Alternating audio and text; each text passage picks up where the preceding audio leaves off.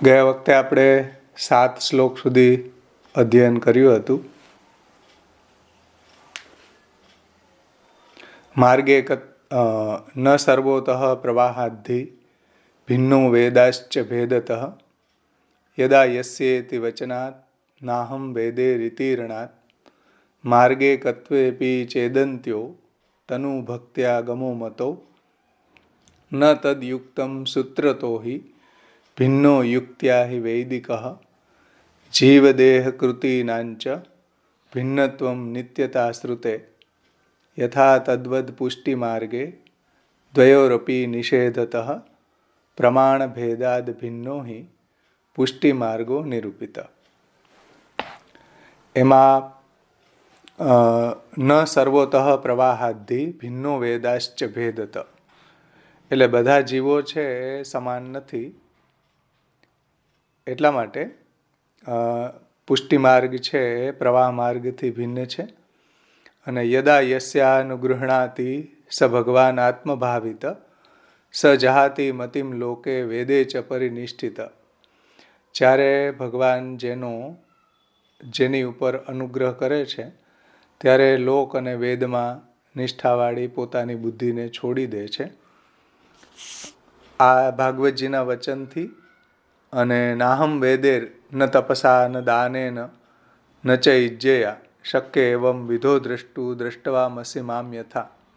ભગવાન શ્રીમદ ભગવદ્ ગીતામાં કહે છે કે હું વેદથી, તપથી, જપથી, હોમથી, આવા કોઈ સાધનોથી પ્રાપ્ત થતો નથી.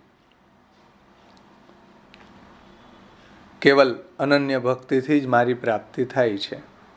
તો આ બધા શાસ્ત્રના વચનોથી પુષ્ટિ માર્ગ છે પ્રવાહ માર્ગ અને મર્યાદા માર્ગથી જુદો છે.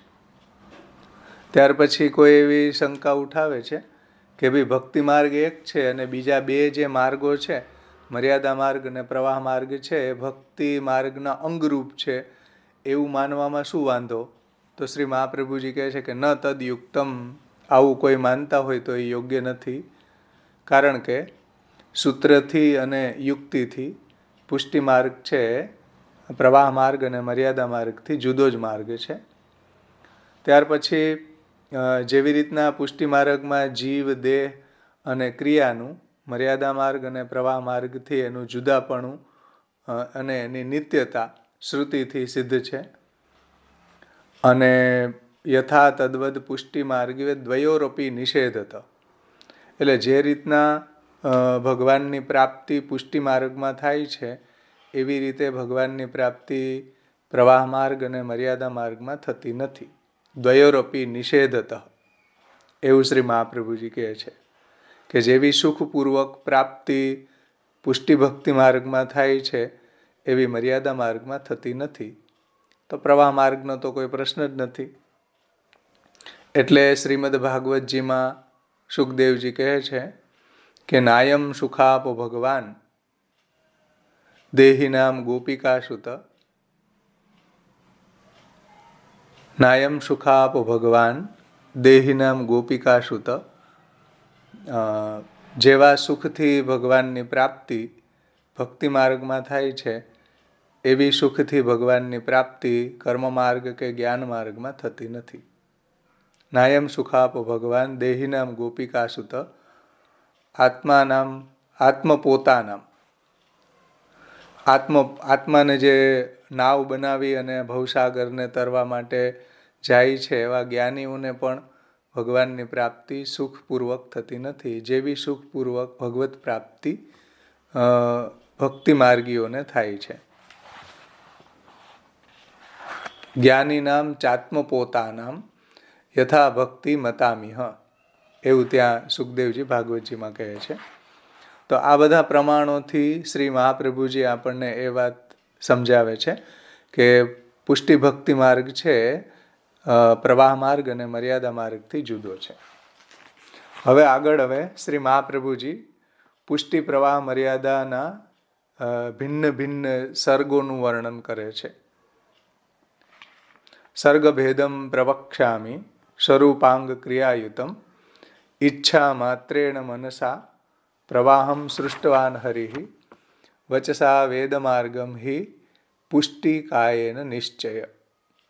એટલે સ્વરૂપ, એનું સ્વરૂપ અંગ અને ક્રિયાથી યુક્ત સર્ગના ભેદને વિશેષ રીતે કહીશ. એટલે કે પુષ્ટિ ભક્તિ માર્ગના જે સ્વરૂપ અંગ અને ક્રિયા, પુષ્ટિમાર્ગી ભક્ત છે એનું સ્વરૂપ કેવું હશે, એની ક્રિયા કેવા હશે, એનો દેહ કેવો હશે, એને શ્રી મહાપ્રભુજી હવે સમજાવશે. અને પ્રવાહ માર્ગી જીવ અને મર્યાદા માર્ગના પણ સમજાવશે. તો ભગવાનને જ્યારે એકોહમ બહુશ્યામ એ જે ભગવાનની ઈચ્છા છે, એ ઈચ્છા માત્રથી મન વડે પ્રવાહ સૃષ્ટિને ભગવાને ઉત્પન્ન કરી છે. એનું તાત્પર્ય એવું છે કે ભગવાન પ્રવાહ સૃષ્ટિ જે છે, એટલે કે પ્રવાહી જીવો છે, એને ભગવાન મનથી ગવન કરે છે, એનું સંચાલન કરે છે, એનું નિયમન કરે છે.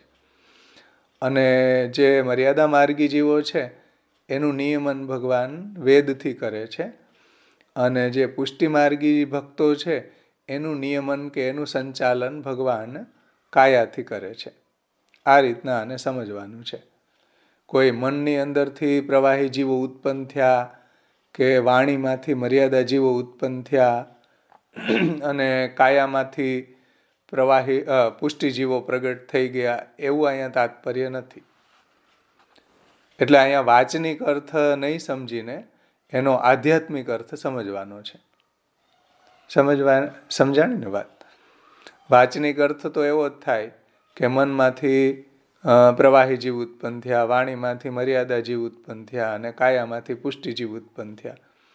પણ એનો વાચનિક અર્થ નહીં લેતા એનો આધ્યાત્મિક અર્થ લેવો જોઈએ, એનો તાત્પર્ય અર્થ સમજવો જોઈએ કે ભગવાન છે પ્રવાહી જીવોનું કંટ્રોલ મનથી કરે છે, મર્યાદા જીવોને કંટ્રોલ વાણીથી કરે છે, અને પુષ્ટિ જીવોને પ્રભુ પોતાના શ્રી અંગથી એને કંટ્રોલ કરે છે, એવું અહીંયા તાત્પર્ય છે. હવે આ શ્લોકને આપણે ટીકાથી સમજશું. કલ્યાણરાયજીની ટીકાથી આપણે લેશું, જ્યાં સરળ અને સારી રીતે બધાને સમજી શકાય એ ટીકાને મેં લીધી છે. ગયા વખતે રઘુનાથજીનું જોયું હતું, આ વખતે હું કલ્યાણરાયજીની ટીકા લઈ રહ્યો છું. એમાં તમે આ શ્લોકને જુઓ. ઈચ્છા માત્રેણ મનસા, પેજ નંબર 48 ઉપર છે. એમાં શ્રી કલ્યાણરાયજી આજ્ञा करे છે, इस श्लोक में आप श्री यह बता रहे हैं कि इन तीनों के सर्ग यानी कि तीनों की जो सृष्टि है उनके भेद होने में क्या कारण है.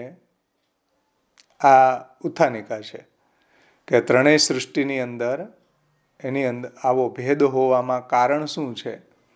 तो आप श्री कहते हैं इच्छा मात्रेण मनसा, अर्थात हरि ने अपनी सामान्य इच्छा से मन के द्वारा प्रवाह सृष्टि की रचना की है. सामान्य इच्छा का अर्थ यह है, कल्याण राय जी सामान्य इच्छा नो अर्थ समझावे छे कि जैसे कंस के यहाँ मल्ल युद्ध करने में भगवान की प्रसन्नता पूर्वक रमण करने की कोई इच्छा नहीं थी. એટલે મલ્લો સાથે યુદ્ધ કરવામાં કંસના રંગમંડપમાં પ્રભુ પધાર્યા તો એમાં કોઈ એવી ભગવાનની પ્રસન્નતાપૂર્વક રમણ કરવાની ઈચ્છા ન હતી. ભક્તો હોય તો ભક્તોની સાથે ભગવાનને એવી પ્રસન્નતાપૂર્વક રમણ કરવાની ઈચ્છા થાય, કે ગોપ સખાઓ હોય, કે વાત્સલ્ય ભાવવાળા ભક્તો હોય, કે માધુર્ય ભાવવાળા ભક્તો હોય, તો એની સાથે ભગવાનને પ્રસન્નતાપૂર્વક રમણ કરવાની ઈચ્છા થાય. परंतु कंस के यहाँ मल्ल युद्ध करने में भगवान की प्रसन्नता पूर्वक रमण करने की इच्छा नहीं थी, आવું कल्याण राय जी कहे छे. अपितु उन्होंने एक सामान्य कार्य की भांति ऐसे किया है कि भगवान ने एक सामान्य कार्यની જેમ જ આ કાર્ય કરેલું છે. એમાં એનો ઇન્વોલ્વમેન્ટ પ્રસન્નતાપૂર્વકનો ન હતો. એમ જેમ આપણો પણ ઘણી જગ્યાએ ઇન્વોલ્વમેન્ટ ટોટલી હોય છે, મન વાણીને કાયાથી પ્રસન્નતાપૂર્વક હોય છે. ઘણા એવા કાર્યોની અંદર આપણો ઇન્વોલ્વમેન્ટ પૂરેપૂરો ન હોય, કેવલ મનથી જ હોય, કાયા અને વાણીથી ન હોય, એવું પણ આપણા જીવનમાં થતું હોય છે. તો એ રીતના કલ્યાણરાયજી અહીંયા સમજાવે છે કે ભગવાને પ્રવાહ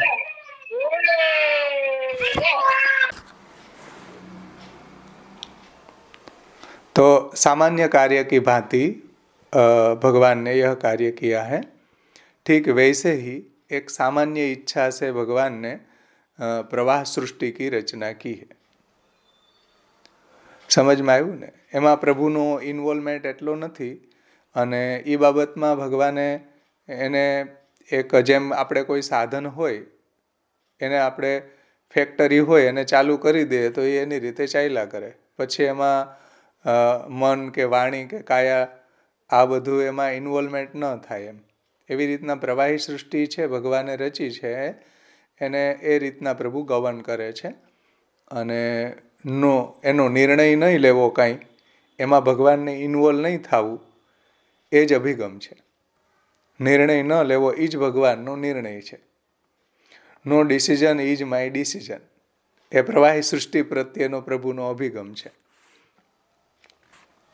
तो सामान्य इच्छा से भगवान ने प्रवाही सृष्टि की रचना की है और उस परमात्मा ने એમાં વેદની શ્રુતિઓ ટાંકી છે. સવે નૈવ રે મેં તસ્માદ એકાકી ન રમતે સ્વદ્વિતીયમ ઈચ્છત સો કામયત બહુશ્યામ પ્રજાયેય.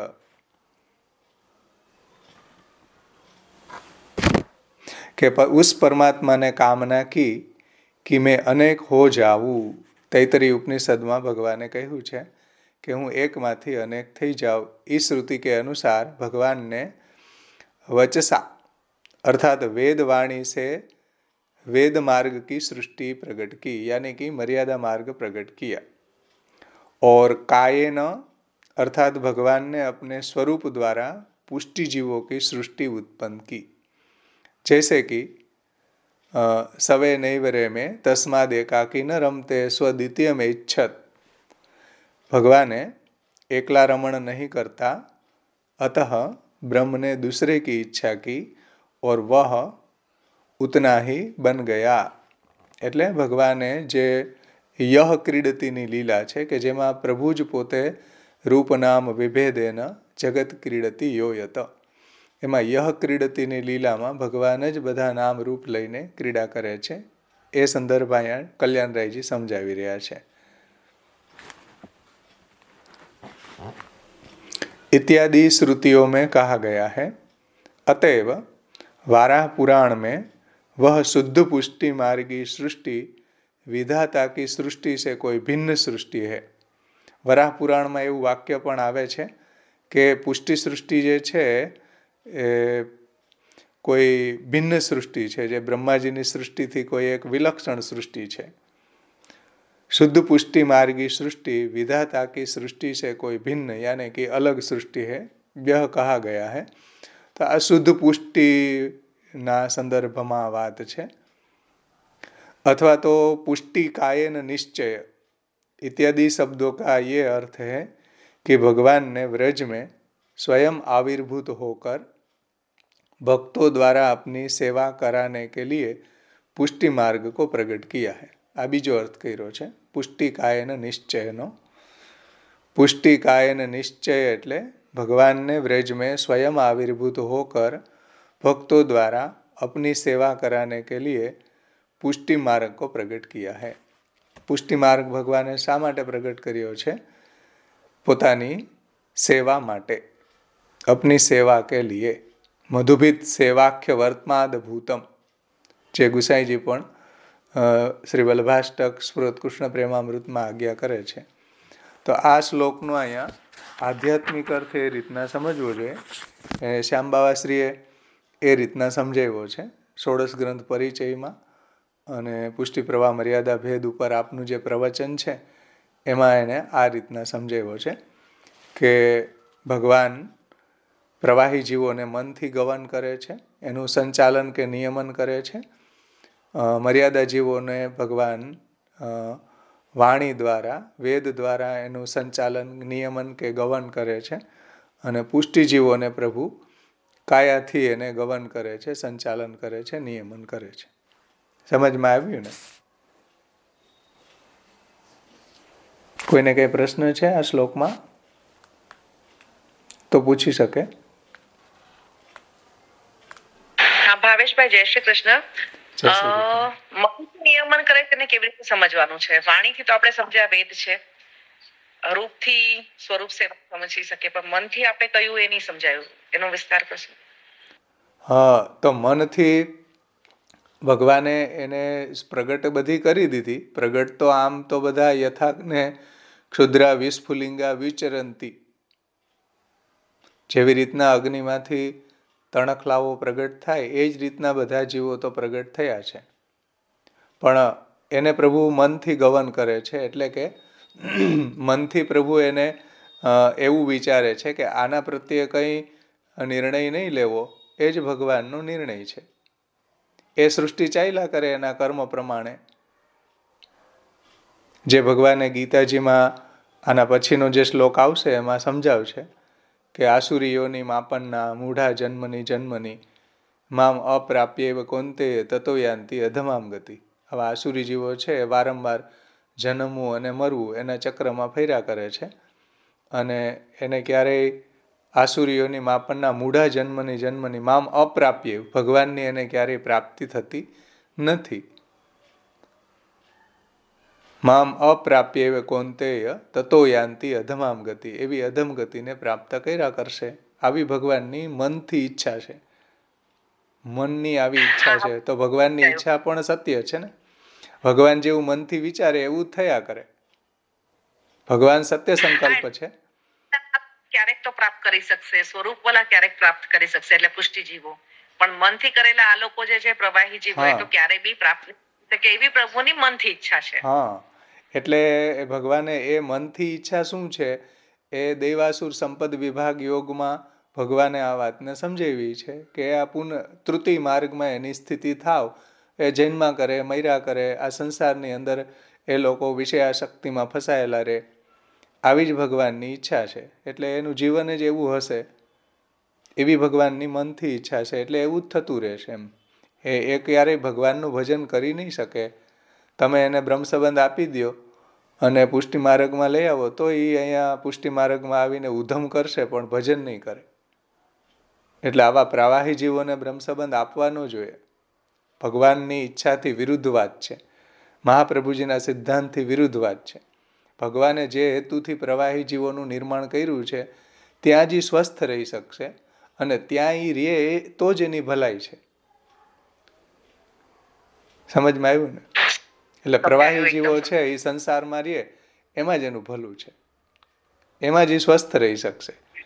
મર્યાદા માર્ગ કે પુષ્ટિ માર્ગમાં આવે તો એ અસ્વસ્થ થઈ જાય. શુદ્ધ પુષ્ટિ તો વેદના ઋચા ને મંત્ર જ છે ને. શુદ્ધ પુષ્ટિમાં તે જ આવે ને. હા, આપણે થોડા શુદ્ધ પુષ્ટિમાં બધા જ છે ને યુથો. નિત્ય સિદ્ધાનું યુથ છે, પછી શ્રુતિરૂપા છે, ઋષિરૂપા છે, તો એ બધા શુદ્ધ પુષ્ટિ ભક્તો છે. એનો સંદર્ભ અહીંયા લીધો છે કલ્યાણરાયજીએ કે વહ શુદ્ધ પુષ્ટિ માર્ગી જો ભક્ત है उनकी सृष्टि विधाता की सृष्टि नहीं है, विधाता की सृष्टि से कोई भिन्न सृष्टि है, यह कहा गया है.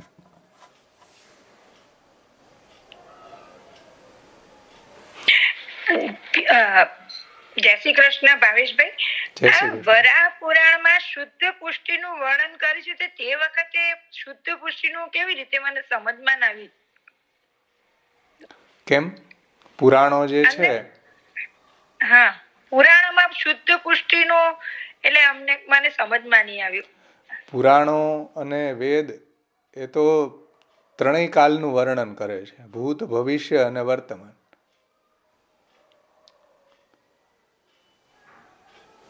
તો એમાં પુરાણોને શું આવું જ્ઞાન ન હતું એવું તમે કહો છો?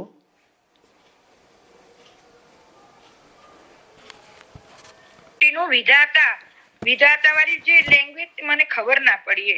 વિધાતા એટલે બ્રહ્મા. હા, બ્રહ્માની સૃષ્ટિ નથી એમ.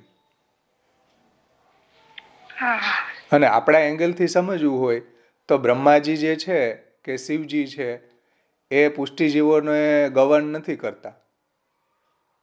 પુષ્ટિજીવોનું ગવન ભગવાન કરે છે, એનું સંચાલન, એનું નિયમન ભગવાન કરે છે.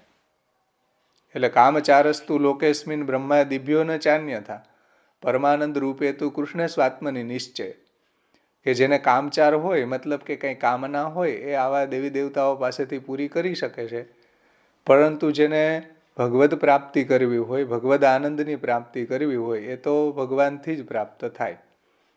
કામચારસ્તુ લોકેસ્મિન બ્રહ્મા દિભ્યો ન ચાન્યથા પરમાનંદ રૂપે તું કૃષ્ણ સ્વાત્મની નિશ્ચય. જો પરમાનંદની અભિલાષા જે પુષ્ટિ ભક્તોને છે એ તો કૃષ્ણથી જ મળે. એટલે આપણે જે કંઈ બી આપણો યોગ અને ક્ષેમ છે એ ભગવાન જ વહાવે. આપણે કોઈ શિવજી પાસે કે બ્રહ્માજી પાસે કે કોઈ દેવી દેવતા પાસે કંઈ માગતા નથી. અન્યસ્ય ભજનન તત્ર સતો ગમનમેવ ચ પ્રાર્થના કાર્ય માત્રેપી તતો અન્યત્ર વિવર્જેત. કોઈ અન્ય દેવી દેવતા છે એની પાસેથી નાના મોટા કાર્યમાં કોઈ પ્રાર્થના નથી કરતા. કેમ? આપણો યોગ અને ક્ષેમ આપણા ઠાકોરજી વહાવે છે. તો આપણું સંચાલન છે આપણા ઠાકોરજી, આપણા કૃષ્ણ કરી રહ્યા છે. સમજમાં આવ્યું ને? એટલે પુષ્ટિકાય અને નિશ્ચય. આપણું સંચાલન કોઈ બ્રહ્માજી નથી કરતા. અને આપણી જે ભક્તિની સાધના પ્રણાલી છે એની અંદર કોઈ બ્રહ્માજી હસ્તક્ષેપ ન કરી શકે, કોઈ ઇન્ટરફિયર ન કરી શકે.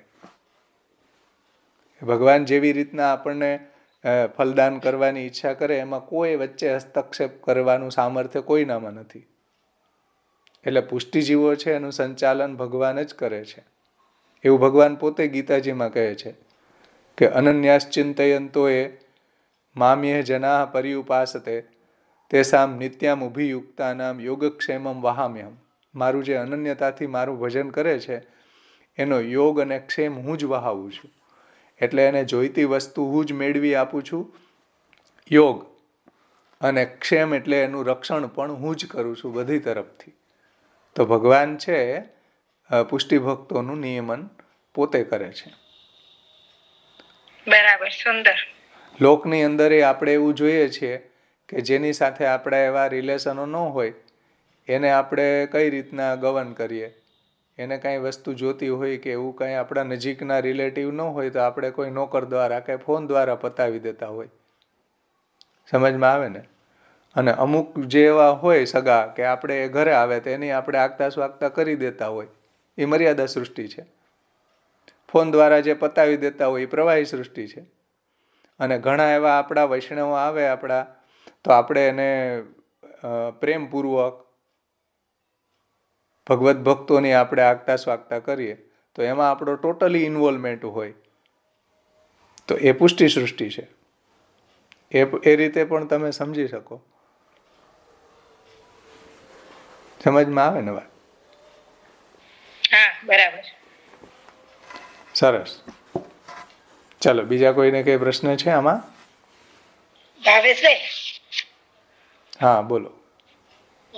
એટલે આપણે વલ્ભાખ્યાનમાં પણ આપ્યું છે ને, પેલા વલ્ભાખ્યાનમાં બીજી કટાક્ષ છે જે નુત્ય તે માયામાં થયા લીન, કર્મ જળ આસુર અન્ય ઉપાસક ભજન ધર્મથી હીન.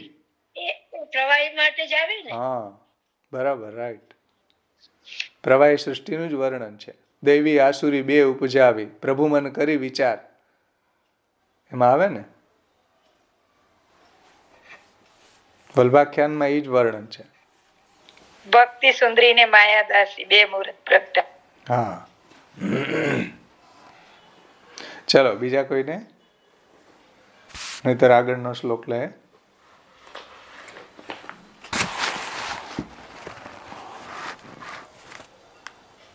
સમજમાં આવ્યો ને આ શ્લોક બધાને?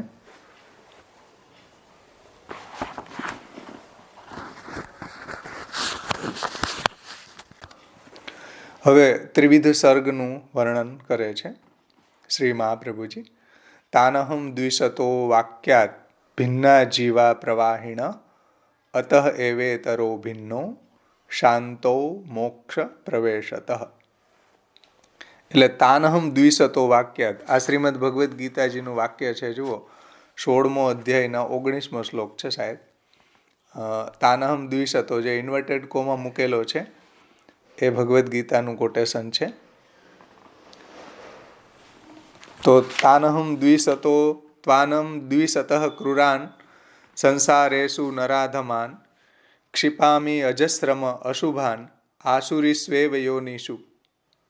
જો આ ભગવાન 16મા અધ્યાયની અંદર આસુરી જીવના લક્ષણ બતાવે છે કે એવા દ્વેષ કરનારા ક્રૂર મનુષ્યોમાં જે અધમ છે, આવા દુષ્ટ લોકોને હું વારંવાર સંસારની અંદર આસુરીઓનીમાં ફેંકું છું. તાનહમ દ્વિષતઃ ક્રૂરાન સંસારેષુ નરાધમાન ક્ષિપામી અજસ્રમ અશુભાન આસુરી સ્વેવ યોનિષુ. આ મહાપ્રભુજી આ શ્લોક ટાંકી અને શું કહે છે કે તાનહમ દ્વિષતો વાક્યાત ભિન્ના જીવા પ્રવાહીણ. આ પ્રવાહી જીવો છે એ પુષ્ટિ જીવોથી ભિન્ન છે. ભગવાને પણ દેવાસુર સંપદ વિભાગ યોગમાં 16મા અધ્યાયના 19મા શ્લોકમાં આ વાત સમજાવી છે. હા બરાબર, 16માંનો 19મો જ છે. એનાથી શું વાત સિદ્ધ થાય છે કે પ્રવાહી જીવો છે એનો સર્ગ છે પુષ્ટિ જીવોથી ભિન્ન છે. અને ત્યાર પછી અતઃ એવેતરો, હવે બીજા બે, એવ ઇતરો, બીજા બે એટલે કયા? તો કે મર્યાદા માર્ગ અને પુષ્ટિ માર્ગ. તો બીજા બે મર્યાદા માર્ગ અને પુષ્ટિ માર્ગ છે, એમાં શાંતો મોક્ષ પ્રવેશત. એ બે શાંત છે. શાંત છે એટલે કે અંતવાળા છે. અંતવાળા છે એટલે એનો ક્લાઇમેક્સ આવી જાય, એને મોક્ષ મળી જાય. મોક્ષ અને પ્રવેશત, એકને મોક્ષ મળી જાય, મર્યાદા માર્ગી જીવો હોય તો એને મોક્ષ મળી જાય. અને પ્રવેશત એટલે જો પુષ્ટિ જીવો છે તો એનો લીલામાં પ્રવેશ થાય. એટલે બે અંત છે, શાંત છે.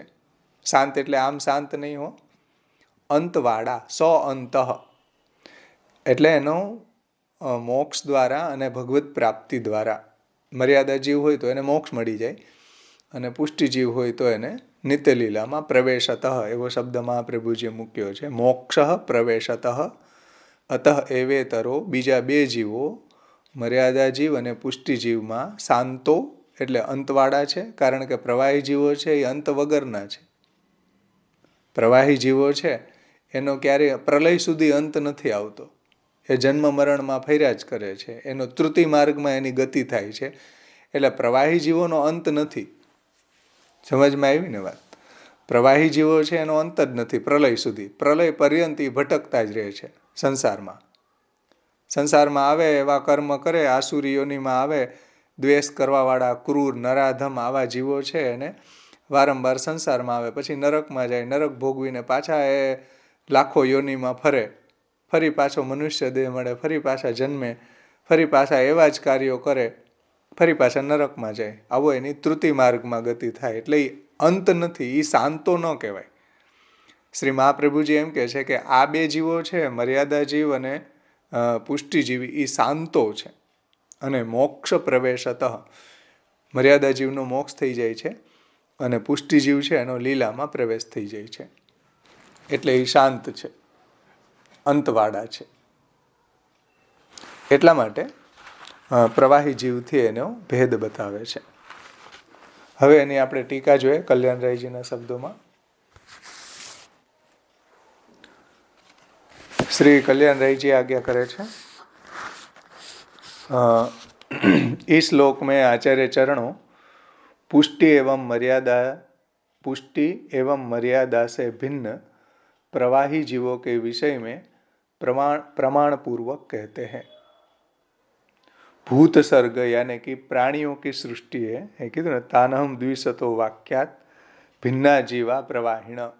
ये बात ने कल्याणरायजी समझावे छे कि जो प्राणियों की सृष्टि के अंतर्गत दैवी जीवों में भगवान द्वारा अनुग्रहित जीव भक्ति मार्गी होते हैं. એટલે ભક્તિ માર્ગની અંદર એ હોય છે દેવી જીવો. अन्य जीव जो दैवी होते हैं यानी कि जो मर्यादा दैवी जीव होते हैं वे कर्म में निष्ठा रखते हैं, वो वेदोक्त फल को प्राप्त करने वाले होते हैं. અહીંયા કર્મ में ઉપલક્ષણ છે, પણ કર્મ, જ્ઞાન, ઉપાસના આવા બધા માર્ગોની અંદર એની નિષ્ઠા હોય છે.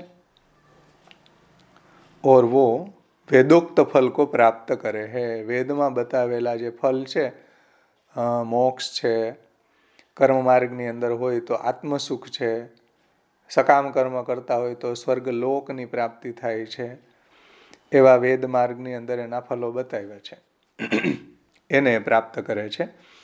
ઇન દોનો વિભાગો સે બચે હુએ જો જીવ હે, એટલે આ જે મર્યાદા જીવ અને પુષ્ટિ જીવથી અલગ જે પ્રવાહી જીવ છે, इन दोनों विभागों से जो बचे हुए जीव हैं वो धर्म में प्रवृत्ति एवं अधर्म से निवृत्ति को धर्म में प्रवृत्ति एवं अधर्म से निवृत्ति को आसुरी जीव नहीं जानते हैं. आसुरी जीवोने आવું જ્ઞાન હોતું નથી કે ધર્મમાં પ્રવૃત્તિ કરવી જોઈએ અને અધર્મથી નિવૃત્ત થવું જોઈએ. આવું જ્ઞાન આસુરી જીવોને હોતું નથી. उनमें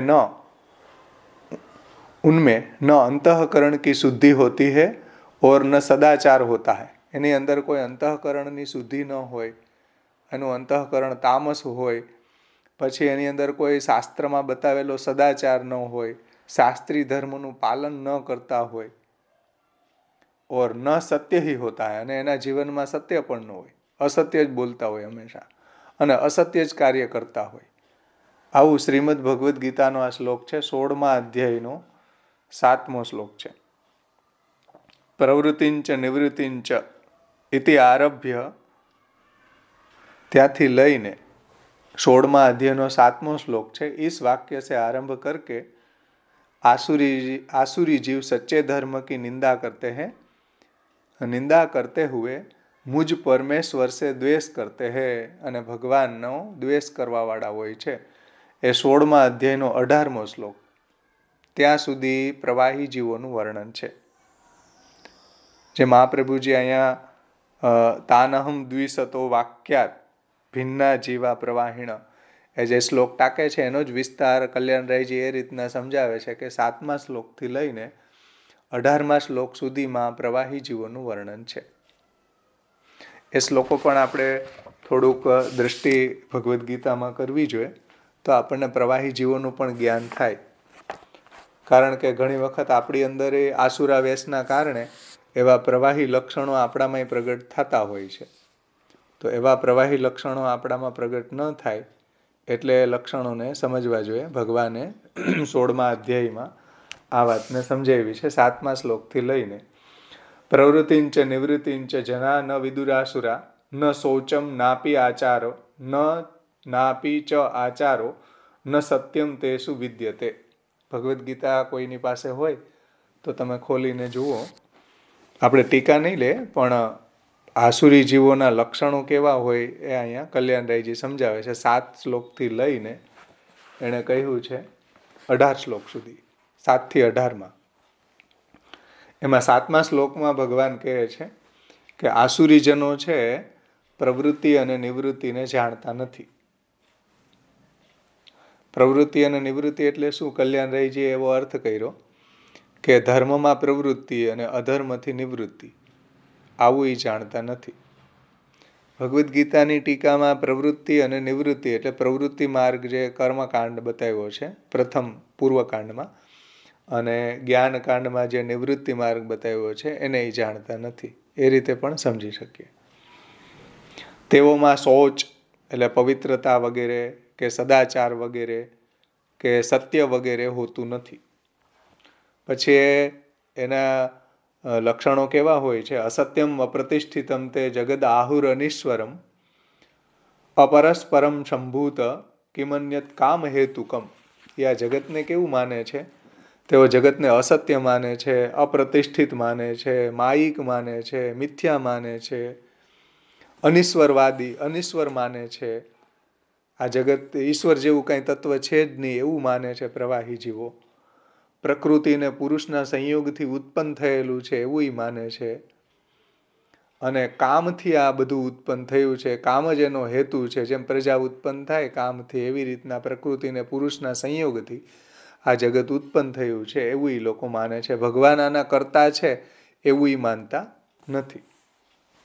એતામ દ્રષ્ટિમ અવષ્ટભ્ય નષ્ટ આત્મનો અલ્પબુદ્ધય પ્રભવન અતિ ઉગ્ર કર્મણ ક્ષયયા જગતો હિતા. એટલે આ દ્રષ્ટિને અવલંબી નષ્ટ આત્માવાળા હોય છે. એટલે સર્વ જગત મિથ્યા છે એવી દ્રષ્ટિનું અવલંબન કરી અને એ લોકો અમે બ્રહ્મરૂપ છીએ, અહમ બ્રહ્માસ્મી, એવી રીતના એ માને છે. એટલે થોડું માયાવાદીઓનું અહીંયા ખંડન છે, કારણ કે એ લોકો એવું માને છે. પરંતુ અવિદ્યા સાથે સંબંધ થવાથી એ જીવો થયેલા છીએ એવા મતવાળા હોવાથી નષ્ટ આત્માવાળા છે, એવું ટીકામાં કહ્યું છે. પછી અલ્પ બુદ્ધિવાળા હોય છે. પ્રવાહી જીવો છે એની લાંબી બુદ્ધિ હોતી નથી. ખાઓ પીઓ અને ભોગ ભોગવવામાં જ મસ્ત રહેતા હોય છે. એવી એટલી જ બુદ્ધિ એની ટૂંકી બુદ્ધિ હોય છે. આત્માનું કલ્યાણ કરવું જોઈએ, ભગવત ભજન કરવું જોઈએ, કે કોઈ શાસ્ત્રી સાધન કરવું જોઈએ, આવું એને બુદ્ધિ સૂઝતી નથી ક્યારેય. અને ઉગ્ર કર્મવાળા હોય છે. એના કર્મ પણ એવા ઉગ્ર હોય છે, શાસ્ત્ર વિરુદ્ધ કર્મ હોય છે. બીજા કોઈનું મર્ડર કરવામાં, મારવામાં, અનીતિ કરવામાં એને જ્યારે અચકાતા નથી એવા ઉગ્ર કર્મવાળા હોય છે. એટલે હિંસા પ્રધાન હોય છે. કયો અધ્યાય છે? અધ્યાય કયો છે? 16મો અધ્યાય છે. 16મા અધ્યાયમાં 10મો શ્લોક જો. હા, અત્યારે હું જે જોઈ રહ્યો છું એ 9મો શ્લોક જોઈ રહ્યો છું.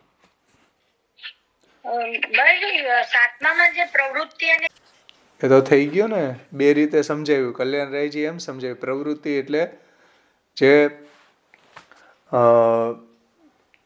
ધર્મમાં પ્રવૃત્તિ થવી જોઈએ અને અધર્મમાંથી નિવૃત્તિ થવી જોઈએ. તો આવું જ્ઞાન પ્રવાહી જીવોને ન હોય, પ્રવૃત્તિ અને નિવૃત્તિનું. અધર્મમાંથી નિવૃત્તિ કરવી જોઈએ આપણે અને ધર્મમાં પ્રવૃત્ત થવું જોઈએ, શાસ્ત્રી આજ્ઞા ભગવદ આજ્ઞામાં પ્રવૃત્ત થવું જોઈએ. આવું જ્ઞાન એને નથી હોતું. અથવા તો પ્રવૃત્તિ એટલે વેદનો પૂર્વકાંડ યજ્ઞયાગાદિ પ્રવૃત્તિ માર્ગ, અને વેદના ઉત્તરકાંડમાં જે જ્ઞાન બતાવ્યું છે એ બ્રહ્મનું, એ નિવૃત્તિ માર્ગ છે, વૈરાગ્યનો માર્ગ છે. આવું પણ એને કાંઈ જ્ઞાન હોતું નથી. વૈદિક માર્ગોનું પણ, શાસ્ત્રી માર્ગોનું પણ જ્ઞાન નથી હોતું, વૈદિક માર્ગોનું જ્ઞાન નથી હોતું, ભક્તિ માર્ગનું પણ એને કંઈ પણ જ્ઞાન હોતું નથી. હવે 9મા શ્લોકમાં જે આપણે જોતા હતા ને, અલ્પ બુદ્ધિવાળા હોય છે, પછી ઉગ્ર કર્મવાળા હોય છે. ઉગ્ર કર્મવાળા એટલે હિંસા પ્રધાન હોય છે. હિંસા કરવી એને સરળ સહજ હોય છે. એમ આપણને કીડી મરી જાય તો આપણને થોડુંક હૃદયમાં એવું લાગે કે જીવ હિંસા થઈ ગઈ. એને તો જીવ હિંસા કરવામાં જ એ પ્રવૃત્ત હોય છે. ઉગ્ર કર્મવાળા હોય છે. અને એ કેવા હોય છે જુઓ, જગતો અહિતા. સમજો, એટલે જગતનું નાશ કરવામાં એની પ્રવૃત્તિ હોય છે. જગતના શત્રુઓ જગતના ક્ષય માટે ઉદ્ભવે છે. આવા લોકો છે જગતનો નાશ કરવામાં જ સમજે છે. બોમ્બ બ્લાસ્ટ કરીને બધાને ખતમ કરી દેવા, આવી વૃત્તિ હોય છે આસુરી જીવોની. પછી 10મા શ્લોકમાં ભગવાન કહે છે, કામમ આશ્રિત્ય દુષ્પુરમ દંભમાન મદાન્વિતા મોહાદ ગૃહીત્વા સદ્ગ્રહાત પ્રવર્તન્તે શુચિવ્રતા. એટલે દુષ્પુર કામ, કામ એવો છે કે એનો ક્યાંય એન્ડ જ ન આવે એવો દુષ્પુર કામ.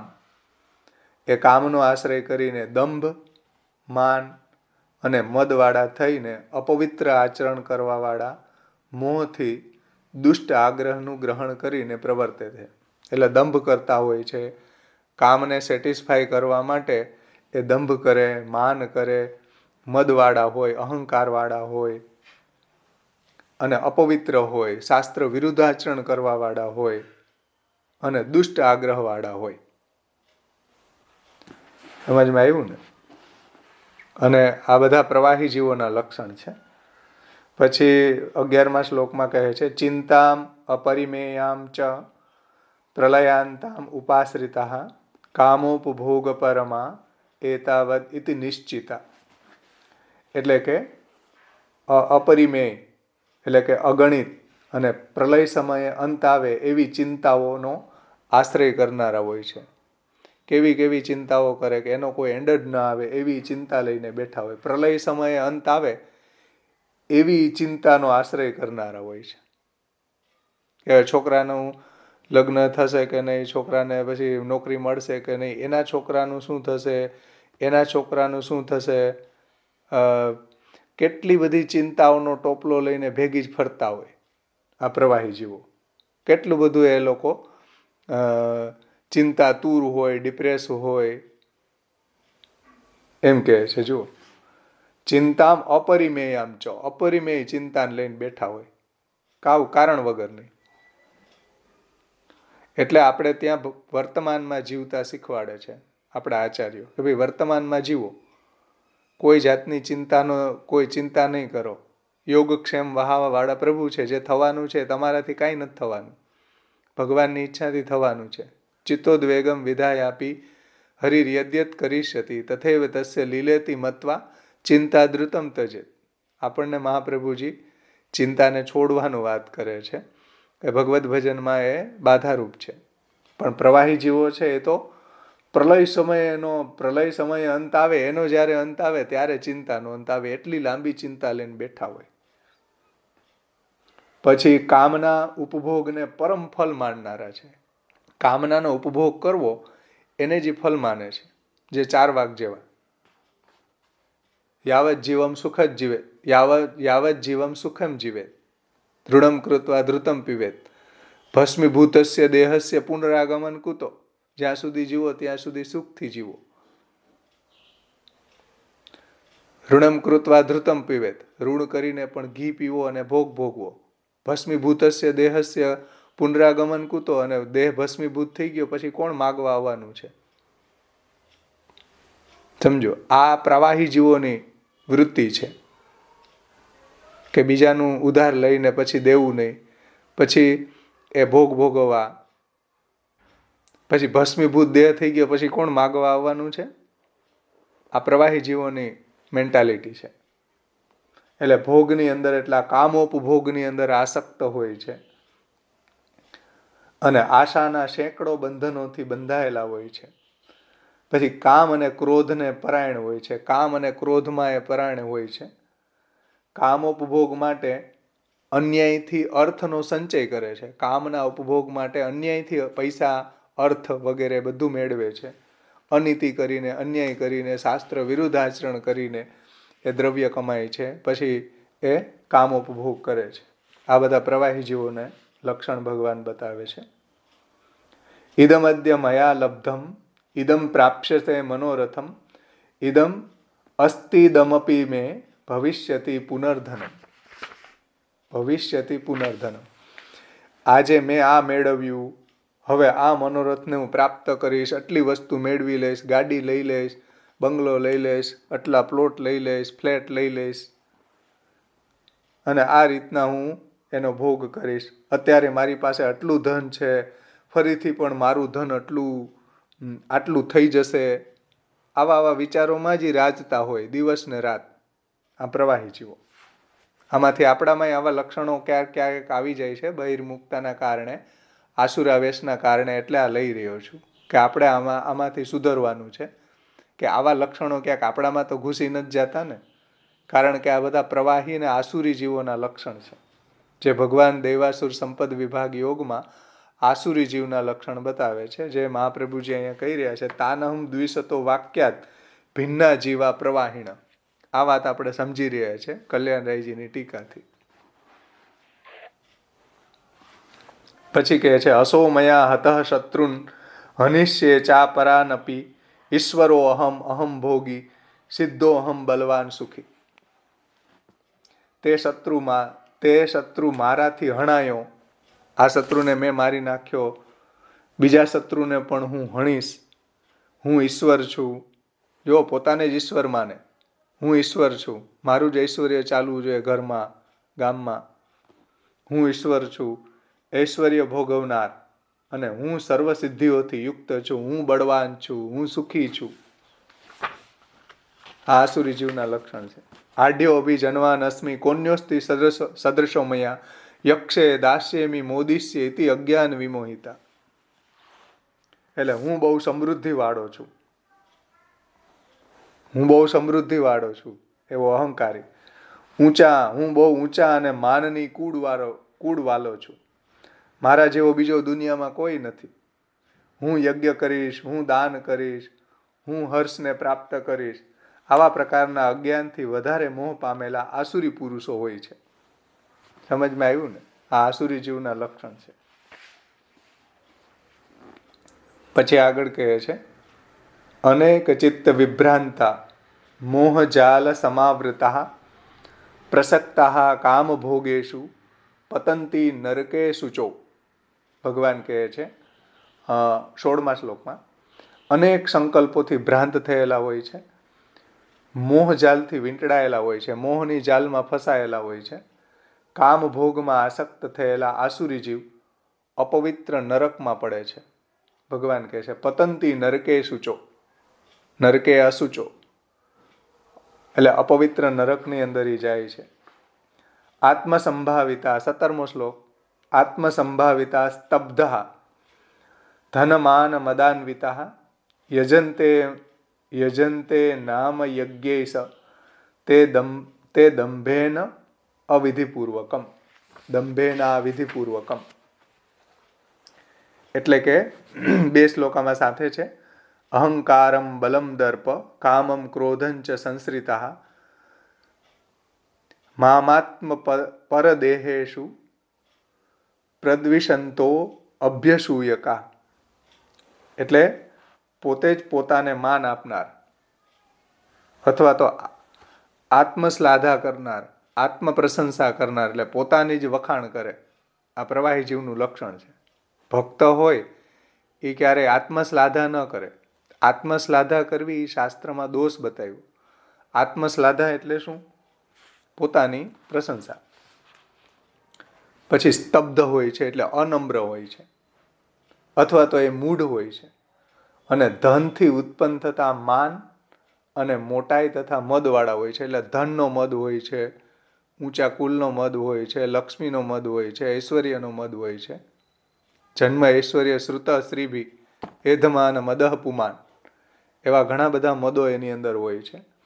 અહંકારથી છકેલા હોય છે.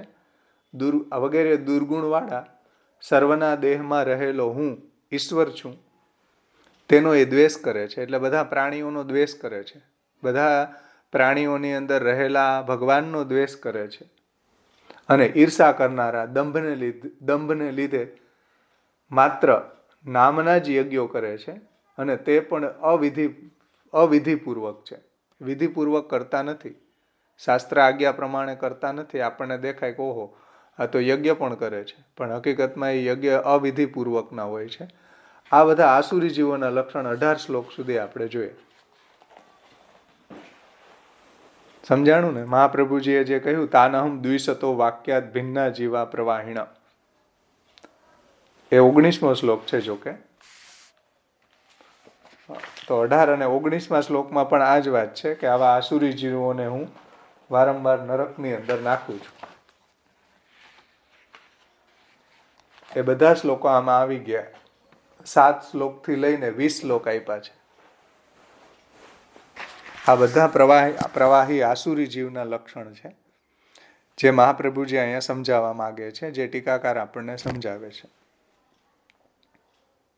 સમજમાં આવ્યા ને બધા લક્ષણો? એવી રીતના દૈવી જીવન એ લક્ષણ છે. એ આપણે એ પણ લેશું, અત્યારે નહીં લે, જ્યારે એનો સંદર્ભ આવશે ત્યારે લેશું. દૈવી જીવોના લક્ષણ કેવા હોય એ પણ ભગવાને 16મા અધ્યાયમાં સમજાવ્યા છે. દૈવાસુર સંપદ વિભાગ યોગ, તો દૈવી જીવોના એ લક્ષણ ભગવાને સમજાવ્યા છે. મને ઘણી વખત એવો વિચાર આવે કે આવા બધા લક્ષણો બાયોડેટામાં લખવા જોઈએ.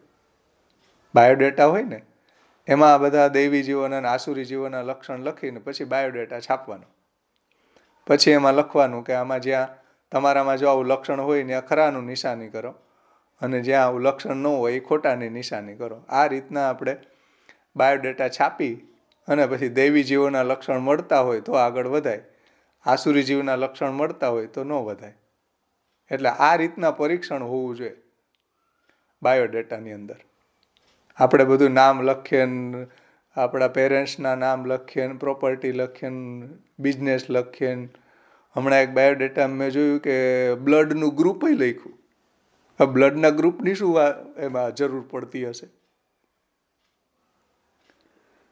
બ્લડનું ગ્રુપ લખે એના કરતાં આ લક્ષણ લખો ને, દેવાસુર સંપદ વિભાગ યોગમાંથી આસુરી જીવના લક્ષણ ને દેવી જીવના લક્ષણ, આમાંથી કેટલા કેટલા લક્ષણ છે એ અમને કહો, પછી અમે આગળ વધીએ. તો આવો બાયોડેટા કોઈક છાપે તો મજા આવી જાય. સમજમાં આવી ને? પછી શું છાપ? હે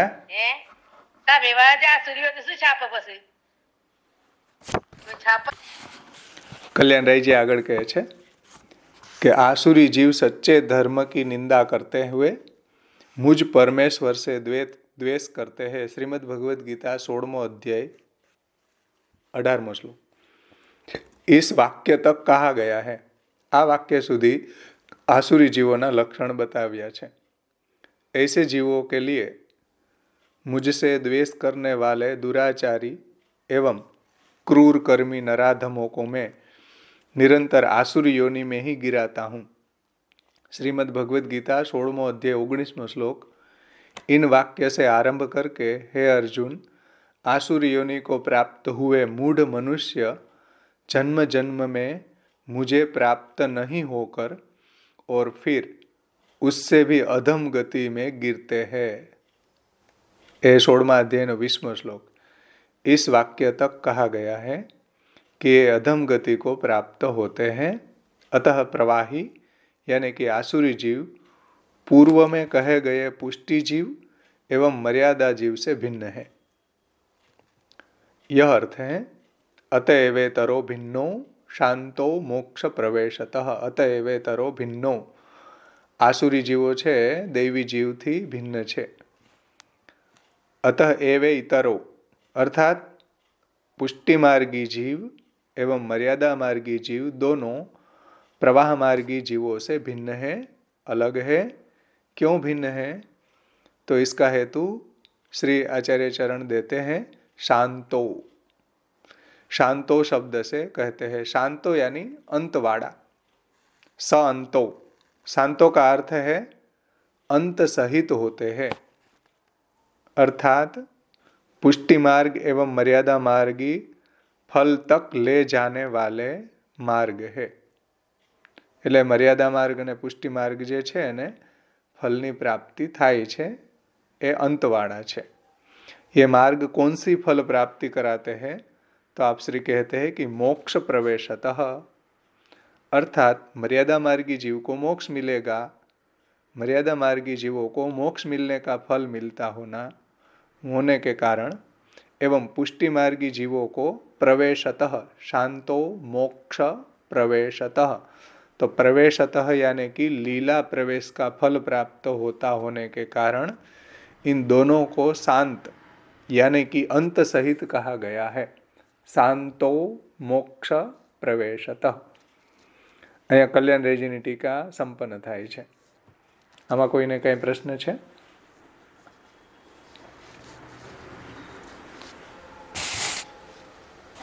સમજમાં આવી ગયું? શ્લોક 11મો. કોઈને કઈ પ્રશ્ન ન હોય તો આગળ ચાલીએ.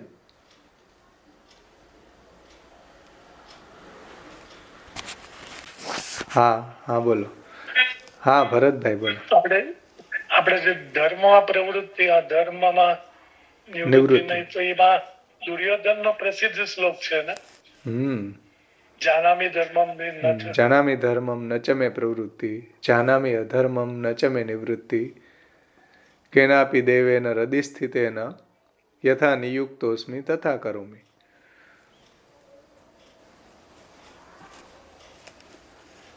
આ લોકોને તો જ્ઞાન નથી એવું.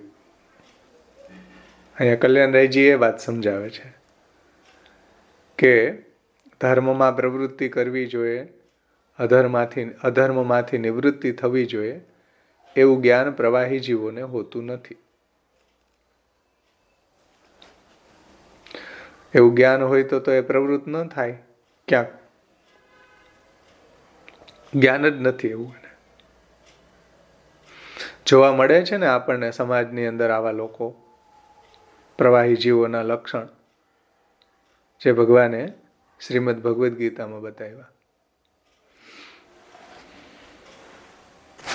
ભાવેશભાઈ, આમાં તો આપણામાં પણ ઘણા ખરા આવા લક્ષણો હશે. હા, તો એ જે છે ને એ આપણે દૂર કરવાના છે. કારણ કે જ્યાં સુધી આવો આસુરાવેશ હોય, જ્યાં સુધી આવા લક્ષણો આપણામાં હોય, તો એને દૂર કરવા માટે શાસ્ત્ર પ્રગટ થયું. શાસ્ત્રના પ્રાગટ્યનું કારણ જ એ છે કે આપણે દૈવી જીવો છે એ શાસ્ત્રને સમજીને એના શાસ્ત્ર પ્રમાણે આચરણ કરીને ભગવાનની દિશામાં આગળ વધી શકે. એટલે મહાપ્રભુજીના ગ્રંથો, ભાગવત, ભગવદ્ ગીતાનું આપણે અધ્યયન કરીએ તો આપણને આપણા દોષ દેખાવા જોઈએ. તો આપણે શાસ્ત્રનું અધ્યયન સાચું કર્યું. સમજમાં આવ્યું ને? આપણને આપણા દોષ દેખાય તો આપણે સુધરીએ, તો આપણે સુધરવાનો પ્રયત્ન કરીએ કે ભાઈ આમાંથી આપણામાંય કંઈક છે, તો આપણે એને દૂર કરવાનો પ્રયાસ કરીએ. જો આપણે સમજીએ, જાણીએ તો આપણા આચરણમાં આવે ને. કોઈ દિવસ આપણે સાંભળીએ જ નહીં, જાણીએ જ નહીં મહાપ્રભુજીના ગ્રંથોને, તો પછી આચરણમાં આવવાની વાત તો દૂર રહી ને. એટલે આ સમજીએ ત્યારે આપણને આપણા દોષ સ્ફુરે અને આપણે સાચી દિશામાં આગળ વધી શકીએ. ભગવાને બતાવેલા માર્ગ ઉપર આપણે આગળ વધી શકીએ. એટલે તો આ શાસ્ત્ર પ્રગટ થયા છે.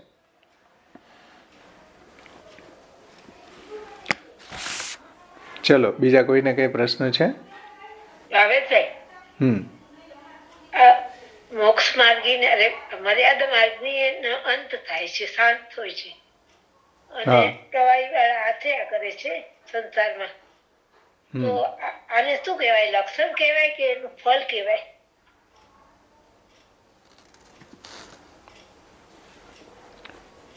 એનું લક્ષણ જ છે ને, પ્રવાહી જીવોના લક્ષણ જ બતાવ્યા. એટલે પણ આપણે એમને કહે છે ને આમાં ફળ બી શું એ જ હોય છે? તાનહમ દ્વિશતો વાક્યાત ભિન્ના જીવા પ્રવાહીણ. એટલે પ્રવાહી જીવોના લક્ષણ બતાવ્યા કે કેવા હોય. ફળ હવે આગળ આવશે, ફળ બતાવશે. જોકે આમાં ફલે આવી ગયું છે કે નરકની પ્રાપ્તિ થાય છે. આસુરીઓની માપનના મૂઢા જન્મની મામ અપ્રાપ્ય એવું કોનતે તતો યાંતિ અધમામ ગતિ. તો એ અધમામ ગતિ છે એ ફળ છે. સમજમાં આવ્યું ને? અને આ બધા જે બતાવ્યા એ લક્ષણો બતાવ્યા એના કેવા હોય. અને ફળનો સંદર્ભ આગળ મહાપ્રભુજી સમજાવશે કે પ્રવાહી જીવોને કેવું ફળ મળે, પુષ્ટિ જીવોને કેવું મળે, મર્યાદા જીવોને કેવું મળે, એ પણ સંદર્ભ આવશે. અહીંયા પણ એ સમજાવી દીધો કે શાંતો અંતવાળા છે. અને ઓલા આપણે સર્ગભેદના મનથી, વાણીથી અને કાયાથી કંટ્રોલ કરે છે, એ આવે ને સર્ગમાં?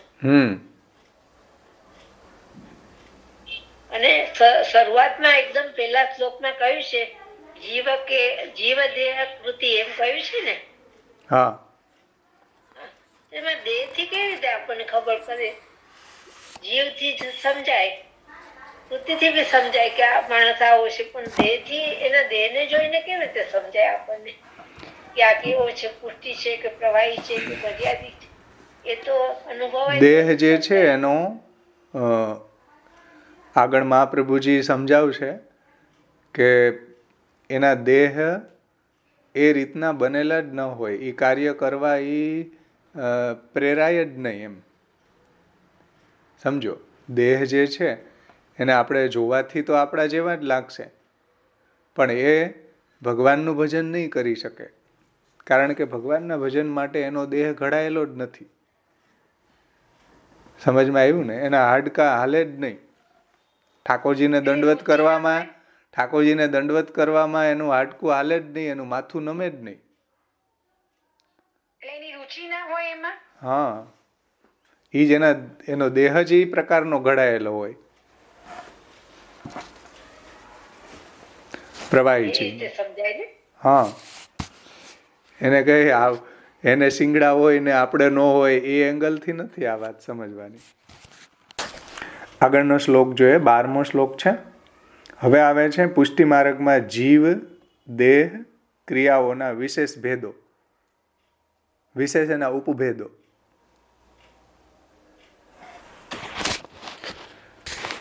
પુષ્ટિ માર્ગમાં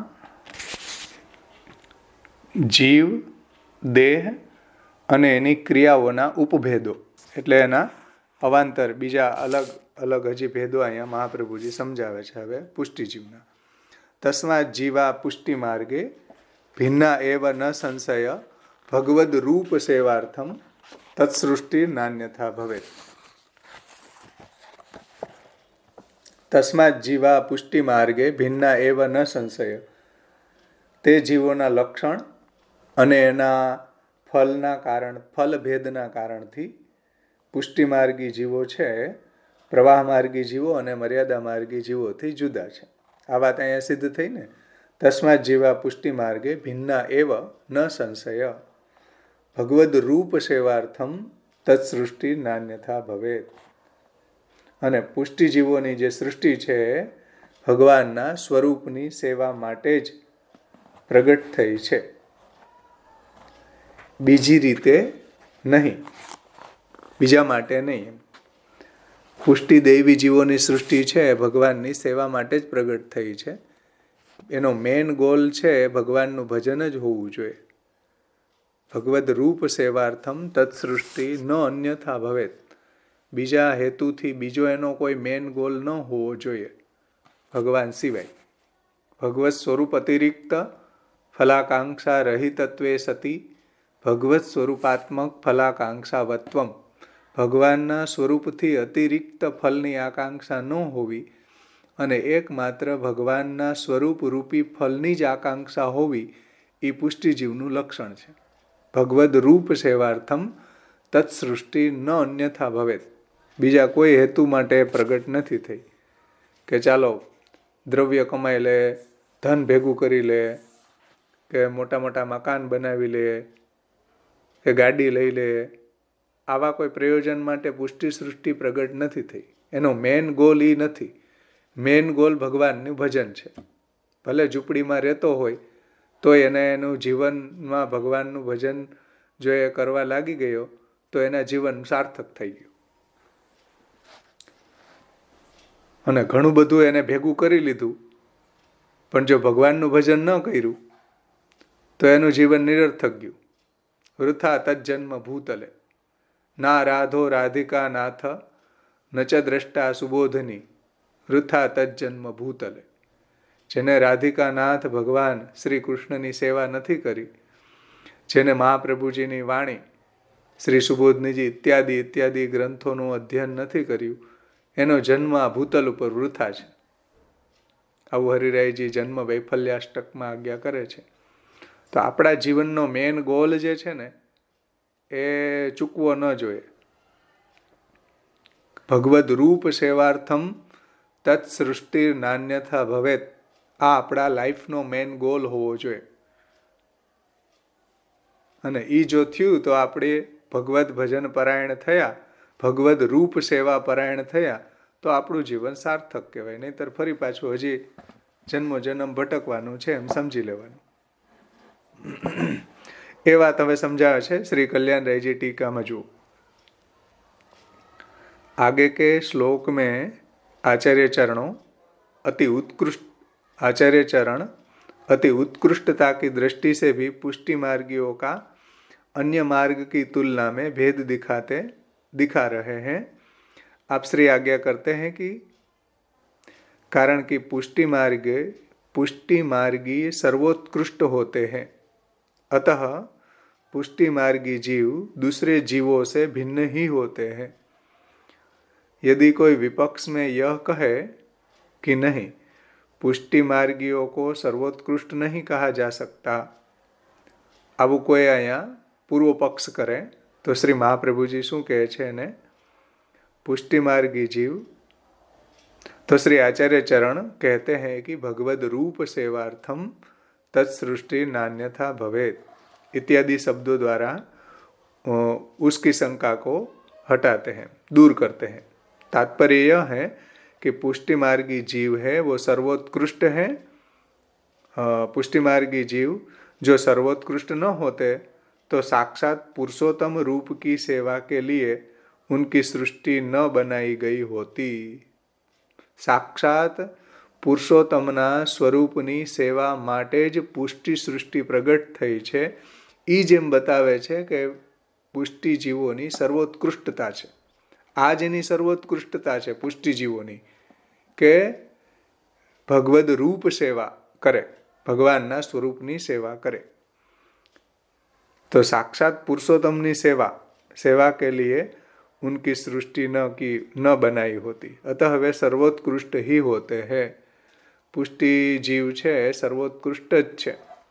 સેવા કરી રહ્યો હોય તો, સેવા નથી કરતો, ભગવત સેવા પરાયણ નથી, તો એની એ ભલે દૈવી જીવ હોય પણ એની સર્વોત્કૃષ્ટતા નથી. એ પછી જે ગુસાઈજીએ કહ્યું છે, નાવીર ભૂયાત ભવાંશ્ચેદ અધિધરણી તલમ ભૂતનાથો દિતા આસન માર્ગ ધ્વાંતાંધ તુલ્યા નિગમ પથગતો દેવ સર્ગે પિજાતા ઘોષાધીશમ તદે મે કથમપી મનુજાહ પ્રાપ્નુયુર નૈવ દૈવી સૃષ્ટિર વ્યર્થા ચ ભૂયાન નિજ ફલ રહિતા દેવ વૈશ્વાનરેશા. હે દેવ વૈશ્વાનર, હે શ્રી વલ્લભ, આપ જો ભૂતલ ઉપર પ્રગટ ન થયા હોત તો જે ભૂતનાથ દ્વારા પ્રગટ થયેલી જે આસુરી સૃષ્ટિ છે બધી, એમાં એ અંધાનુગા અંધવત ઉભાવપી પતેતામ, એક આંધળાની માળ પાછળ બીજો આંધળો જાય અને બંને કૂવામાં પડે એવી હાલત થાત. ભૂતનાથો દિતા આસન માર્ગ ધ્વાંતાંધ તુલ્યા નિગમ પથગતો દેવ સર્ગે પીજાતા. જે દેવી સૃષ્ટિમાં જન્મેલા હોય એ પણ એનો જન્મારો વ્યર્થ થઈ જાત જો મહાપ્રભુ પ્રગટ ન થયા હોત તો. અને ઘોષાધીશની વ્રજાધીપની પ્રાપ્તિથી રહિત જો ભગવદ રૂપ સેવાર્થમ તત્સૃષ્ટિ નાન્યથા ભવે, જે વાત મહાપ્રભુજીએ કહી છે એ ગુસાઈજી પણ એ જ વાત સમજાવે છે કે ઘોષાધીશમ તદે મેં કથમપી મનુજાહ પ્રાપ્નુયુર નૈવ દૈવી સૃષ્ટિ વ્યર્થા. જો ભગવત સેવા ન કરી તો દૈવી સૃષ્ટિની કાંઈ વેલ્યુ નથી. દૈવી સૃષ્ટિ વ્યર્થ છે. દૈવી સૃષ્ટિમાં આપણે જન્મેલા હોવા છતાં પણ આપણું દૈવી સૃષ્ટિમાં જન્મવું છે એ વ્યર્થ થઈ જશે જો ભગવત ભજન ન કર્યું, ભગવત રૂપ સેવા ન કરી તો. એટલે રૂપ સેવાનો આટલો આગ્રહ છે, સમજો. ભગવદ રૂપ સેવાર્થમ, નામ સેવા છે ને એ અનુકલ્પ છે. એટલે મહાપ્રભુજી ભગવદ રૂપ સેવાર્થમ એવો શબ્દ મૂકી રહ્યા છે. સમજમાં આવે ને વાત? આટલો આગ્રહ મહાપ્રભુજીનો સ્વરૂપ સેવાનો છે. ભગવત સેવા નથી નપતી તો શ્રવણ કીર્તન આદિ કરીને એનો બીજ ભાવ દ્રઢ થઈ શકે છે અને ભગવત પ્રાપ્તિ થઈ શકે છે. એ પણ ન થતું હોય તો શરણાગતિથી પણ ભગવત પ્રાપ્તિ થઈ શકે છે. પરંતુ એ બધા અનુકલ્પ છે. મુખ્ય કલ્પ જે છે ભગવદ રૂપ સેવાર્થમ તત્સૃષ્ટિ નાન્યથા ભવેત. જે ભગવાનની રૂપ સેવામાં જે આનંદ આવે છે, જે ભગવાનની રૂપ સેવામાં સર્વેન્દ્રિયોનો વિનિયોગ થાય છે, એવો વિનિયોગ કોઈ શરણાગતિ કે કથા પક્ષની અંદર ન થાય. એટલે ભગવદ રૂપ સેવાર્થમ તત્સૃષ્ટિ નાન્યથા ભવેત. જે વેણુગીતની કારિકામાં મહાપ્રભુજીએ સમજાવ્યું છે કે અક્ષણવતામ ફલમિદમ ન પરમ વિદામ શક્ય પશુ નનુ નિવેશયતો વયસ્યે વક્ત્રમ વ્રજેશ સુતયોર અનુવેણુ જુષ્ટમ યેર્વા નિપિતમનુરક્ત કટાક્ષ મોક્ષમ. અમારા માટે તો આ સામે જે પ્રભુ બિરાજે છે એ જ ફલ છે. ન પરમ વિદામ, અમે બીજું કંઈ જાણતા નથી. અક્ષણવતામ ફલમ ઇદમ, ઇન્દ્રિયોવાળા માટે તો ભગવાન એવ હિ ફલમ, ભગવાન જ ફલ છે. ભગવદ રૂપ સેવાર્થમ તત્સૃષ્ટિ નાન્યથા ભવેત. ભગવતા સંલ્લાપ દર્શનમ મિલિતસ્ય ચ. સર્વેન્દ્રિયોનો વિનિયોગ પ્રભુની સેવામાં થવો એ જ પુષ્ટિજીવોના જીવનની સાર્થકતા છે. જો સર્વેન્દ્રિયોનો વિનિયોગ પ્રભુના સેવામાં ન થયો તો પુષ્ટિજીવોનું જીવન વ્યર્થ છે. સમજમાં આવે ને વાત? શ્રી ગોકુલનાથજીએ આવો જ અર્થ સમજાવ્યો છે ભગવદ રૂપ સેવાર્થમ તત્સૃષ્ટિ નાન્યથા ભવેતનો.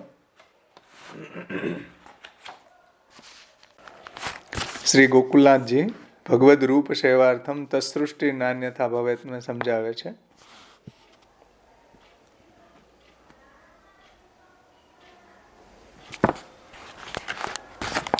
યદિદમ પ્રયોજનમ ન ભવેત તદા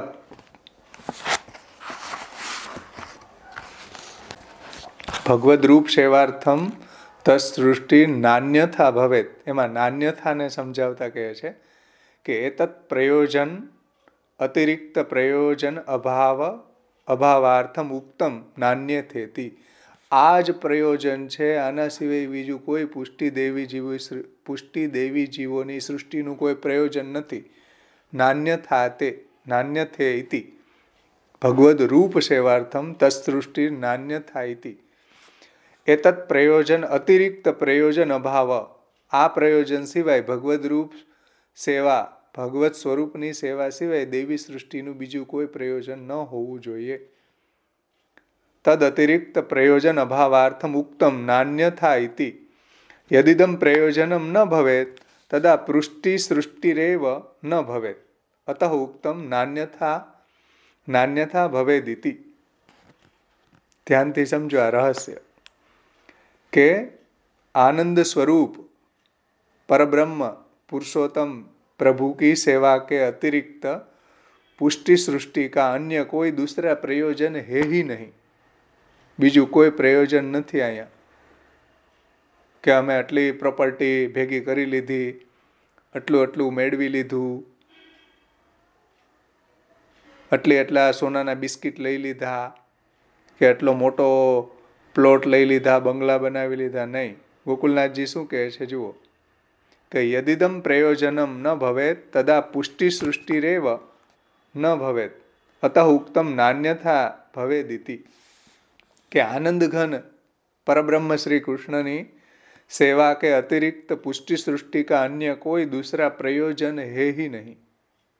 यह बताने के लिए श्रीमद् आचार्य चरणों ने नान्यथा पद कहा गया है. नान्यथा એટલે બીજું કંઈ નહીં, આજ ન અન્યથા. દેવી સૃષ્ટિ જે છે એ ભગવાનની રૂપ સેવા માટે જ પ્રગટ થઈ છે.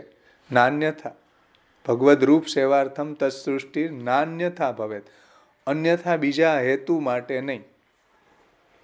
यही प्रयोजन न होता तो पुष्टि सृष्टि बनाई ही न गई होती. गोकुलनाथजी एम कहे छे कि जो भगवद रूप सेवानुं प्रयोजन न होत तो पुष्टि सृष्टि ने भगवाने प्रकट ज न करी होत. इसलिए आप श्री ने नान्यथा भवेत यह पद दिया गया है. એટલે મહાપ્રભુજીએ નાન્યથા પદ મૂક્યું કે બીજા કોઈ પ્રયોજન માટે નહીં, એકમાત્ર ભગવદ ભજન માટે જ એ સૃષ્ટિને પ્રગટ કરી. ભગવદ રૂપ સેવા માટે, તો રૂપ સેવા માટે જ આપણા જીવનનો મેઇન ગોલ હોવો જોઈએ. એવું અહીંયા શ્રી મહાપ્રભુજીનું તાત્પર્ય છે, એવું ગોકુલનાથજી અને કલ્યાણરાયજી સમજાવે છે. સમજમાં આવ્યું ને? બીજું બધું આપણું લાઈફ જે છે એમાં જેટલું બી આપણે કરીએ, ભણીએ, ગણીએ, ધન કમાઈએ, આજીવિકા કરીએ, બધું કરીએ, પણ એનું જે તાત્પર્ય છે ભગવદ રૂપ સેવામાં હોવું જોઈએ. તો બધું ભક્તિ છે. અહીંયા કોઈ ના નથી પાડતા કે કમાવા નહીં જવું, કે ગાડી નહીં લેવી, કે બંગલો નહીં લેવો. એવું અહીંયા પ્રયોજન ટીકાકારોનું નથી હો ભાઈ. પણ આ બધામાં મેન ગોલ ભગવાનનું ભજન હોવું જોઈએ. તો બધું ભગવાનનું ભજન જ છે, ભગવાનના ભજનનું અંગ છે. પણ મેન આ વસ્તુ હોવી જોઈએ. બીજું બધું આપણા જીવનમાં ગૌણ હોવું જોઈએ. તો આ મહાપ્રભુજીનું વાક્ય આપણે જીવનમાં ઉતાર્યું કે ભગવદ રૂપ સેવાર્થમ તત્સૃષ્ટિ નાન્યથા ભવેત. પ્રભુની રૂપ સેવા માટે જ દેવી સૃષ્ટિ અહીંયા ભૂતલ ઉપર પ્રગટ થઈ છે, બીજા કોઈ પ્રયોજન માટે પ્રગટ થયેલી નથી. આવું શ્રી આચાર્ય ચરણોનો સિદ્ધાંત છે. આમાં કોઈને કાંઈ પ્રશ્ન છે આ શ્લોકમાં, 12મા શ્લોકમાં? ત્રણેયનું ફળ તો એક જ ને પુષ્ટિમાં, હે ભગવત પ્રાપ્તિ જ ને, ભગવત પ્રાપ્તિ જ ને. ત્રણેયમાં શરણાગતિ કરો કે નામ સેવા કરો કે રૂપ સેવા કરો, ત્રણેયનું ફળ તો ભગવત પ્રાપ્તિ જ ને. હા, ભગવત પ્રાપ્તિ જ છે, પરંતુ એ બીજા જે છે એ અનુકલ્પ છે, મુખ્ય કલ્પ નથી. મુખ્ય કલ્પ તો ભગવદ રૂપ સેવા જ છે.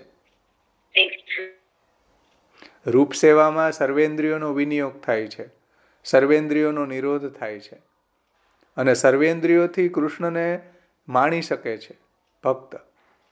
એવું કથા પક્ષમાં પ્રારંભિક અવસ્થામાં ન માણી શકે.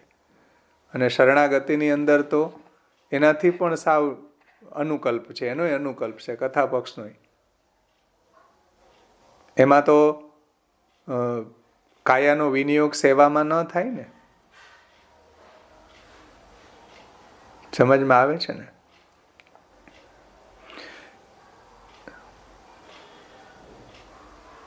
એટલે ભક્તિનો રંગ જે છે ને, ભગવદ રૂપ સેવાનો રંગ છે ને, એ બહુ ઉત્કૃષ્ટ રંગ છે.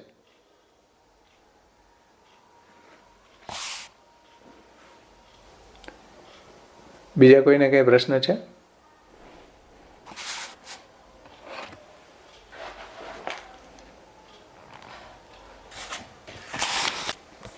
હવે છેલ્લે થોડુંક શ્યામબાવાશ્રીએ અહીંયા સુધીનો જે ગ્રંથ છે એનું થોડું રિવિઝન આપ્યું છે, લઈ લઉં છું, પછી આપણે સમાપન કરીએ.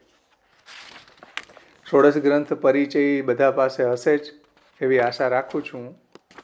તો એમાં તમે જોઈ લ્યો, માર્ગભેદ અને સર્ગભેદ સમજાવ્યો છે. એ અત્યાર સુધી જે શ્લોક ચાલ્યા એનો સાર છે.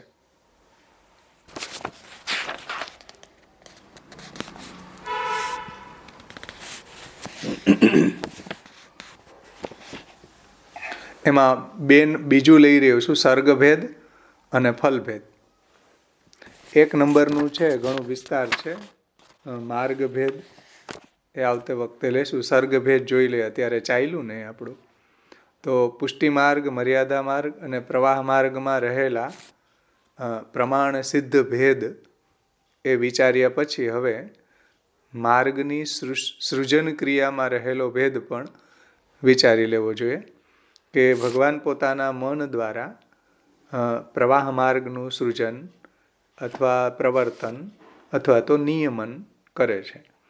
આથી પ્રવાહ માર્ગી જીવોના વિશિષ્ટ સ્વરૂપ, એના દેહ અને એના વ્યવહારનું નિયંત્રણ કેવળ બ્રહ્મની ઈચ્છા ઉપર નિર્ધારિત છે. સમજમાં આવ્યું ને? એમાં કઈ એટલો એ રસ નથી લેતા. એમ પ્રગટ કરી દીધા, હવે એના કર્મ પ્રમાણે એનું ફલ ભોગવા કરે, એમ ચાલ્યા કરે. એમાં ઇન્વોલ્વમેન્ટ નથી ભગવાનનો. એમ મર્યાદા જીવો છે એની અંદર એ ઇન્વોલ્વમેન્ટ છે ભગવાનનો, કે મર્યાદા જીવો છે એ જો કાંઈ વેદ વિરુદ્ધ આચરણ કરે તો એને પ્રભુ પર્ટિક્યુલર એને કંઈક શિક્ષા કરે.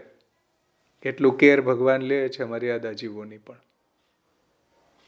પણ પ્રવાહી જીવોમાં તો ભગવાન છે બ્રહ્મની ઈચ્છા ઉપર એનું આધારિત છે, એનું નિયંત્રણ.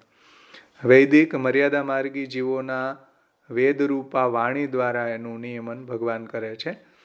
અને એટલે એનું સૃજન કે એનું પ્રવર્તન કે એનું નિયમન ભગવાન વેદરૂપા વાણીથી કરે છે. મર્યાદા માર્ગી જીવોના વિશિષ્ટ સ્વરૂપ, દેહ અને વ્યવહારનું સૃજન, પ્રવર્તન અને નિયમન ભગવાન વેદરૂપ વાણી દ્વારા કરે છે. પુષ્ટિ માર્ગી જીવોના વિશિષ્ટ સ્વરૂપ, એના દેહ અને એના વ્યવહારનું સૃજન, એનું પ્રવર્તન અને એનું નિયમન શ્રી કૃષ્ણ પોતાના પ્રકટ આધિદૈવિક સ્વરૂપ દ્વારા કરે છે. સમજમાં આવ્યું ને? પુષ્ટિ કાયેન નિશ્ચય. એવી રીતના આ માર્ગોમાં સર્ગભેદ એવી સૃજનની પ્રક્રિયાના પણ ભેદ છે. પછી એના ફલભેદ એ રીતના સમજાવ્યા છે કે પુષ્ટિમાર્ગી જીવોની કામનાઓ તેમજ આચરણને અનુકૂળ કે પ્રતિકૂળ ફલ સ્વયં પ્રભુ પોતાની ઈચ્છા પ્રમાણે નક્કી કરે છે અને તેઓને ફલદાન કરે છે. પ્રવાહમાર્ગી જીવોની કામનાઓ તેમજ એના આચરણને અનુકૂળ કે પ્રતિકૂળ ફલ સ્વયં પ્રભુ પોતાની ઈચ્છા પ્રમાણે એને આપે છે. પ્રભુ પોતાની ઈચ્છા પ્રમાણે નક્કી કરે છે અને ફલદાન કરે છે. એની ઈચ્છાની અનુકૂળ હોય, એની ઈચ્છાની પ્રતિકૂળ હોય. પછી મર્યાદા માર્ગી જીવો છે એને વેદમાં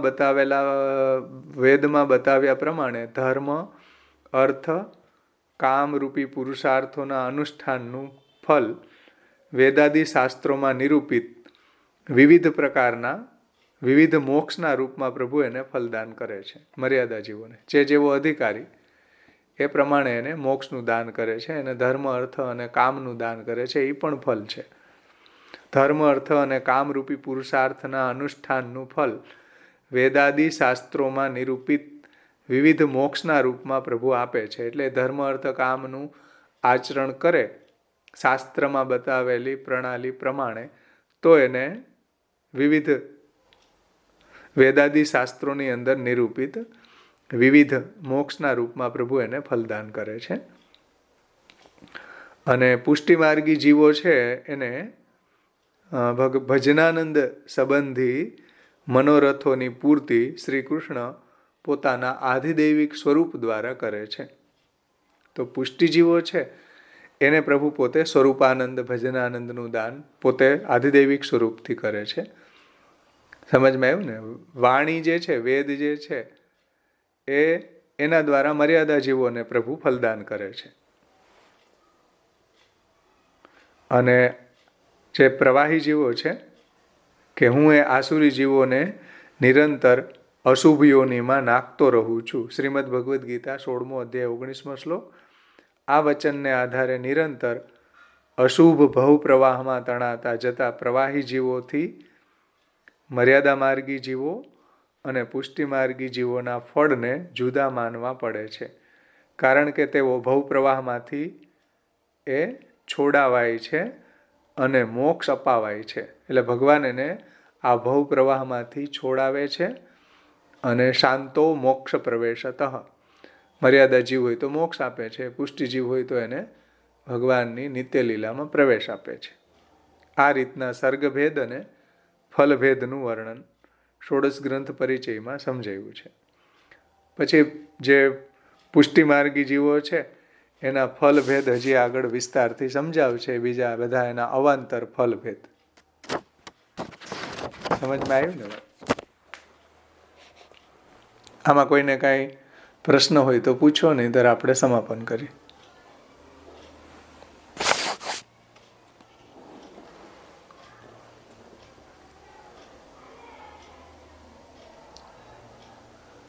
સમજાણું બધાને આ શ્લોકો?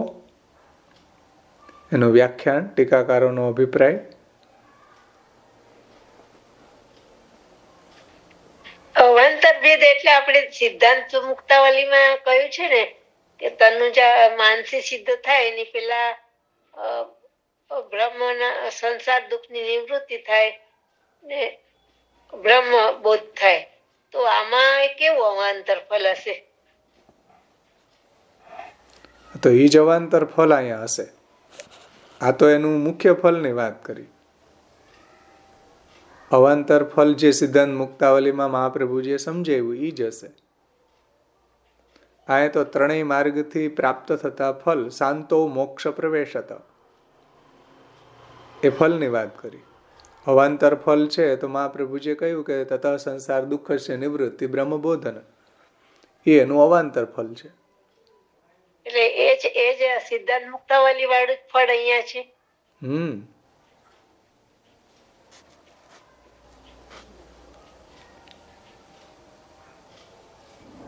એ જ બતાવ્યું ને, ભગવદ રૂપ સેવાર્થમ તત્સૃષ્ટિ નાન્યથા ભવેત. કૃષ્ણ સેવા સદા કાર્ય, એ તો વાત છે. ભગવદ રૂપ સેવાર્થમ તત્સૃષ્ટિ નાન્યથા ભવેત. કૃષ્ણ સેવા સદા કાર્ય. તો એ જ વાત સિદ્ધાંત મુક્તાવલીમાં મહાપ્રભુજીએ સમજાવી છે. એ જ વાત મહાપ્રભુજીએ ભક્તિવર્ધનમાં, ચતુશ્લોકીમાં, બધી જગ્યાએ આ જ વાત સમજાવી છે. ભગવદ રૂપ સેવાર્થમ તત્સૃષ્ટિ નાન્યથા ભવેત. બાકી નામ સેવા જે છે એ તો મર્યાદા માર્ગી કરે છે. શ્રવણ કીર્તન સ્મરણ આ ઇસ્કોન વાળા કરે છે. એમાં નામ સેવા ઉપર જ મુખ્ય, એને નામ સેવા જ એનામાં મુખ્ય છે. રૂપ સેવા મુખ્ય નથી. अब घर जाके सेवा करो, महाप्रभु जी आज्ञा. अब तुम घर जाके सेवा करो. વાર્તા પ્રસંગની અંદર બધા વાર્તા પ્રસંગમાં સમ આવેલો છે. જેમ ચોતાલ વગાડતા હોય ને સમ આવે, તિટકતા ગદીગન ધા, એમ બધા વાર્તા પ્રસંગોના એન્ડમાં મહાપ્રભુજી આ જ વાત કરી. અબ તુમ ઘર મેં જાકે સેવા કરો, અબ તુમ ઘર મેં જાકે સેવા કરો. એટલે ભગવદ રૂપ સેવાની જ મહત્તા મહાપ્રભુજી અહીંયા સમજાવી છે. પરંતુ શરૂઆતમાં આપણી પ્રારંભિક અવસ્થામાં ડાયરેક્ટ રૂપ સેવાનો શરૂઆત ન કરવી જોઈએ. શરૂઆતમાં મહાપ્રભુજીના ગ્રંથોને સમજવા જોઈએ, પ્રભુના મહાત્મ્યનું જ્ઞાન, શ્રવણ કીર્તન, મહાત્મ્યનું શ્રવણ કીર્તન સ્મરણ કરવું જોઈએ. શાસ્ત્રમ અવગત્યમ મનોવાક દેહે કૃષ્ણ સેવ્ય, શાસ્ત્રનું અધ્યયન કરીને પછી મન, વાણી અને દેહથી કૃષ્ણની સેવા કરવી જોઈએ. એટલે ડાયરેક્ટ સ્વરૂપ સેવામાં પ્રવૃત્ત થવું એ પણ થોડું આપણને મહાત્મય જ્ઞાન વગર તો અવજ્ઞા આદિ દોષ થઈ શકે છે. એટલે શરૂઆતમાં પ્રભુનું મહાત્મય સમજવું, ભગવત ભક્તોનો સંગ કરવો, મહાપ્રભુજીના ગ્રંથોનું અધ્યયન કરવું, ભાગવતનું શ્રવણ કીર્તન ઇત્યાદિ કરવું, ભગવત ભક્ત મુખેન, નહીં કે અત્યારના શાસ્ત્રીઓ દ્વારા યુટ્યુબ ઉપર. એટલે આવું જ્યારે આપણે શરૂઆતમાં કરીએ તો પ્રભુમાં આપણને થોડું રુચિ થાય, પછી અપરોક્ષ રુચિ થાય, પ્રેમ થાય, પછી આગળ આપણે ભગવત સેવામાં પરાયણ થાય તો આપણને સેવાનો પણ આનંદ આવે. સમજમાં આવ્યું ને વાત? એટલે શરૂઆતમાં શ્રવણ કીર્તન સ્મરણ આપણા આશ્રયને દ્રઢ કરવા માટે વિવેક, ધૈર્ય, કૃષ્ણાશ્રય આ બધું બહુ જરૂરી છે.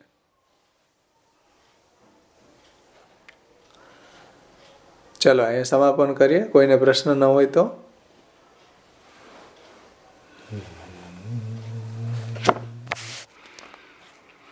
ઓલા પ્રસંગો કોઈએ ગોઈતા જ નહોતા? 84-252 માંથી કોઈને પ્રસંગો મળ્યા જ નહીં? કાલ બાધક ને કર્મ બાધક ને સ્વભાવ બાધક અનુગ્રહના. ચલો અહીં સમાપન કરીએ આપણે.